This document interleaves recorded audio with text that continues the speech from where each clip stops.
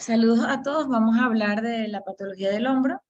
Mi nombre es Yurilis Fuentes Silva, esta clase corresponde a la asignatura Medicina 5. Igual será vista por cada uno de sus tutores en la práctica, pero vamos a hacer una revisión teórica. Lo primero que vamos a revisar es la parte anatómica. En esta parte anatómica hablaremos de algunos aspectos relevantes con respecto al hombro que debemos entender para poder abordar la patología, y finalmente iremos a la patología y luego al tratamiento enfocado en atención primaria.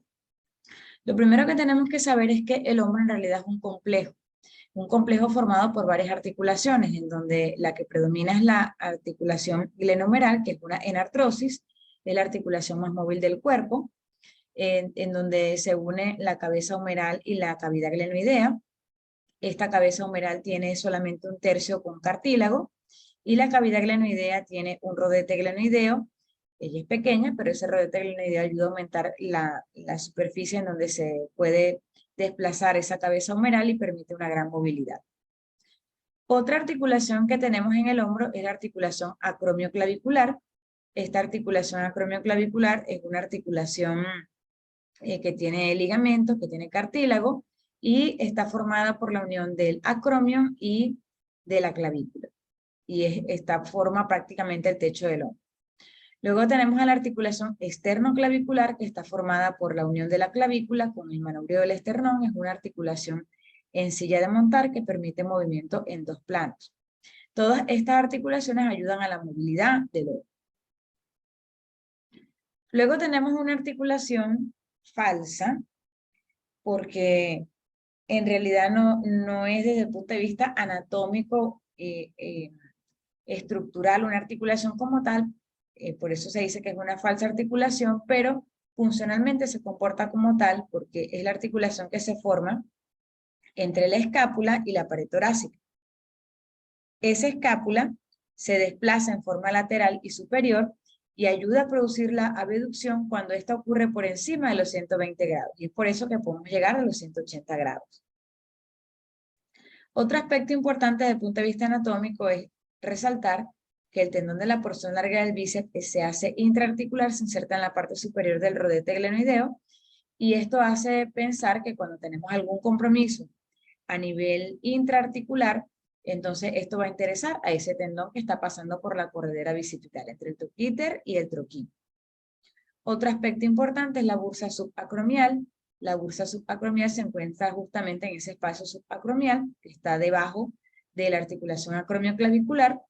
Como ven, está muy cerca de lo que es el tendón del supraespinoso, que es el primer músculo del manguito rotador, y ya vamos a ver que esto puede, desde el punto de vista práctico, ayudarnos mucho a entender el porqué la clínica de la bursitis, porque esta bursa, cuando se inflama, a pesar de que ella es una cavidad virtual que lo que permite es lubricación y movilidad, en realidad no está ocupada, sino que solamente tiene un poco de líquido para lubricar.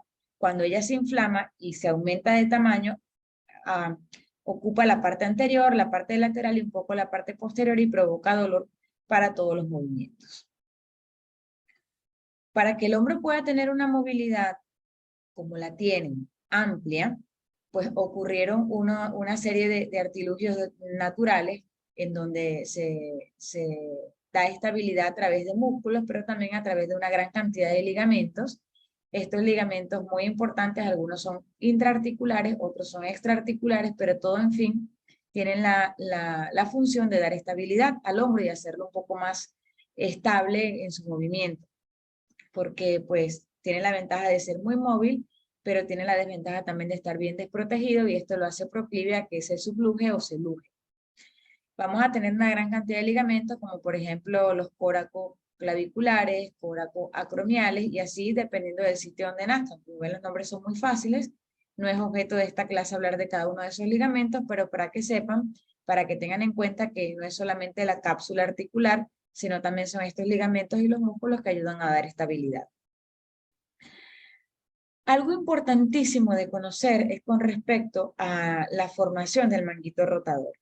El manguito rotador es una estructura que está formada por 4 músculos. Voy a ir hablando de uno por uno. Si vemos la cara posterior de la escápula, vemos la fosa supraespinosa, en donde nace el músculo que lleva ese nombre, el supraespinoso, quien se hace lateral y anterior y se inserta en la parte superior del troquíter. Luego tenemos al músculo infraespinoso, que nace en esa fosa que lleva ese nombre, infraespinosa, se hace superior y anterior y se inserta en la porción media del troquíter.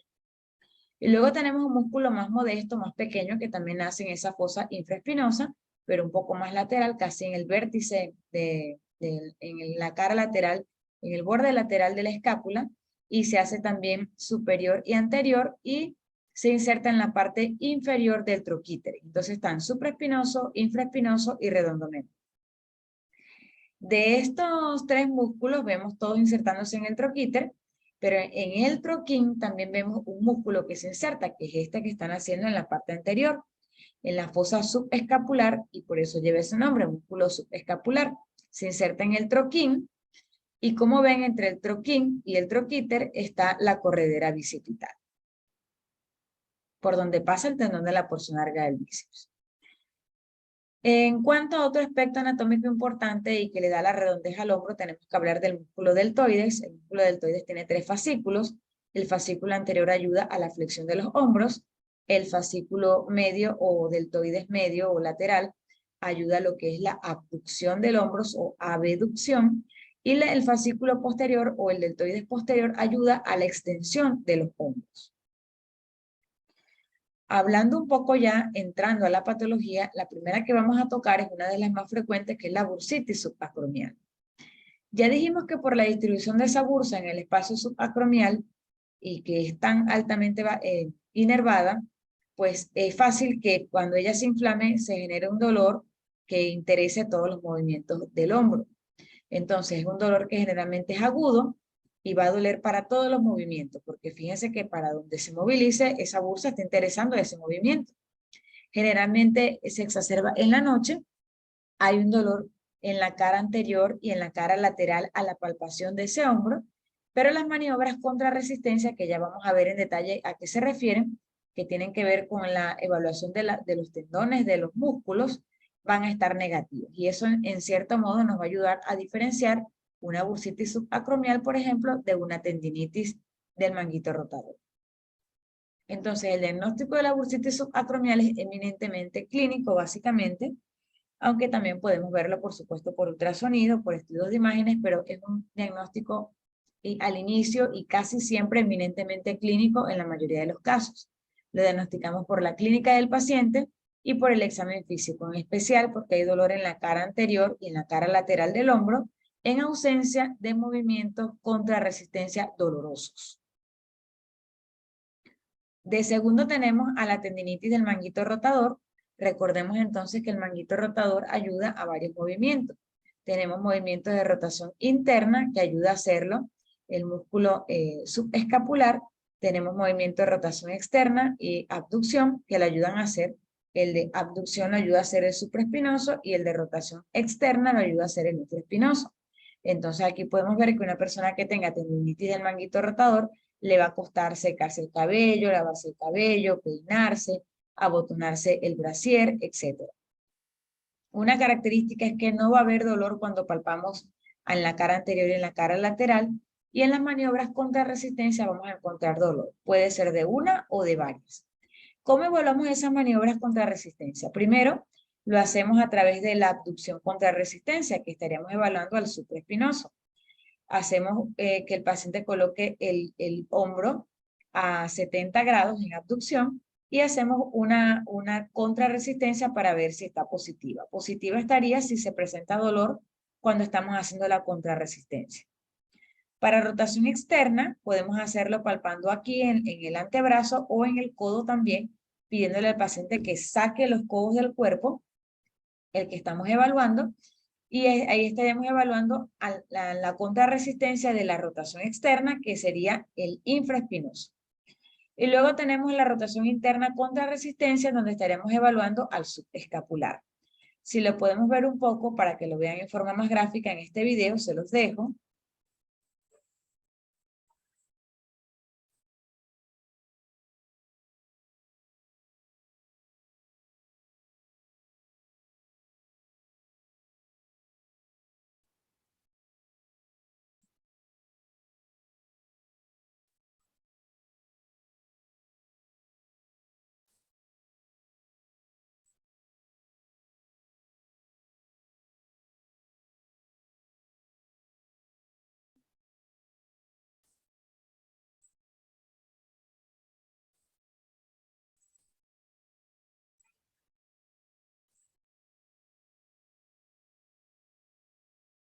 Entonces, el diagnóstico de la tendinitis del manguito rotador la hacemos a través de la clínica y de las maniobras contra resistencia que estén positivas. ¿Ok? Esa es la manera más fácil de hacerlo. Seguimos avanzando y para que lo vuelvan a ver, abducción contra resistencia, supraespinoso, rotación externa contra resistencia, infraespinoso y rotación interna contra resistencia, evaluamos subescapular. Entonces, para otra patología que tenemos frecuente es la tendinitis bicipital. Es un dolor por lo general también agudo. Ha ocurrido un antecedente de que la persona ha levantado objetos pesados por encima de su cabeza, por ejemplo, una mudanza o por ejemplo un botellón de agua, una bombona, ha estado levantando pesas o ha estado haciendo mudanzas, cargando sacos de cemento, etcétera. Lavadoras, secadoras, cosas de ese tipo que pesan mucho por encima de su cabeza. Y hay un dolor en la cara anterior del brazo que generalmente se irradia hacia el tórax, en la cara anterior. Es bastante doloroso y difuso este dolor y está exacerbado con la maniobra de Yergas. Esta es la maniobra de Jergenson. Le pedimos al paciente que colocamos el codo en posición neutra y le decimos al paciente que vamos a dejar su antebrazo supinado, pero vamos a hacer una contrarresistencia a esa supinación y si está positivo, entonces la maniobra de Jergenson está positiva y estaremos diagnosticando una tendinitis bicipital. Por supuesto, siempre para el hombro tenemos que evaluar todas las maniobras posibles para descartar la mayor cantidad de diagnósticos o apoyar el diagnóstico que tenemos en mente. También tenemos la ruptura del manguito rotador, a veces no tan fácil de diagnosticar porque también se puede presentar como un dolor del hombro, que pudiera parecer una bursitis o una tendinitis. Sin embargo, a pesar de que puede no haber dolor, hay una historia de un traumatismo repetitivo porque la persona hace una actividad repetitiva y hay un dolor previo de ese hombro en el pasado. ¿Cómo haríamos la evaluación? Pues le hacemos una abducción al paciente a 180 grados y le pedimos que baje lentamente el brazo. Y vamos a notar que a partir de los 120 grados el brazo se le cae, porque no puede sostenerlo porque el supraespinoso está roto. Entonces, básicamente es un diagnóstico que podemos hacer por clínica. Esto, por supuesto, va a ser para una rotura total, pero si la ruptura es parcial, a lo mejor puede que la maniobra resulte negativa y no podamos diagnosticarlo y tendremos que utilizar maniobras de imágenes si lo estamos sospechando. Otro problema que debemos investigar frecuentemente es el dolor acromioclavicular. Generalmente este dolor ocurre por artrosis, disminuye ese espacio, aparecen osteofitos y esos osteofitos van a dañar a los tendones que van a pasar por aquí, que son los tendones del manguito rotador. El que está de primerito es el supraespinoso y esa es la razón por la cual es el músculo, el tendón que más frecuentemente se rompe. Y finalmente tenemos una patología que es la capsulitis adhesiva, también conocida como hombro congelado, que es una consecuencia que resulta de la inmovilidad que hay del hombro tras cualquier patología que se haya sufrido.